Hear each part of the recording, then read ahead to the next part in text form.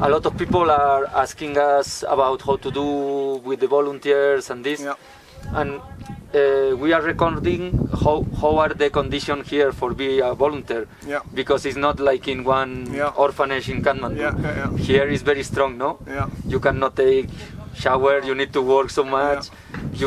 Yeah, I mean, what you have to keep in mind is this is still the site of an earthquake. You know, it was 1 year ago, but you know, people were not here a lot of the time, so there was no real reconstruction or cleanup or anything going on.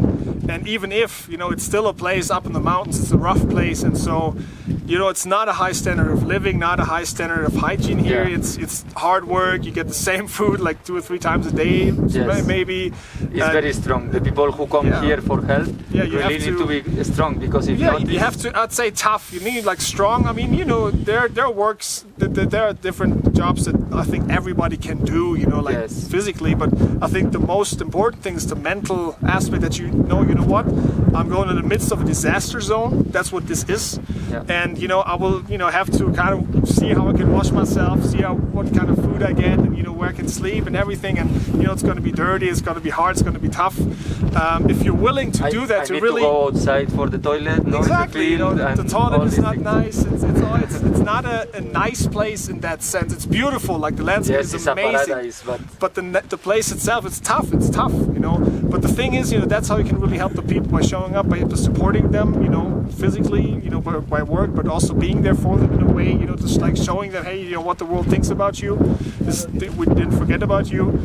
So yeah, when you want to come here to help, I think it's great. You have to have the right mindset. Be aware that it's not easy. It's gonna be, you have to, maybe because if not, you can be more like another problem for the people here, no? Because they need to give you the food, and they need to give you, exactly. And if you don't work, So if you want to come here to help, you're aware that you have to have you're gonna have a hard time here, but also a good time in terms of a good experience, and know that what you do here really makes a difference. Even if it's just hitting small rocks, it might sound stupid, but it's an important job, and you're helping the people.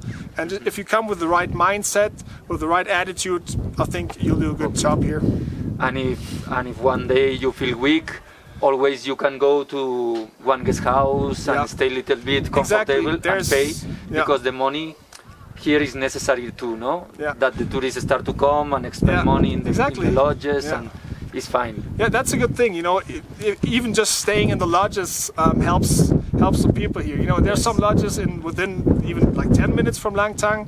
There's some lodges that you can go to. They're really nice. You could get great food.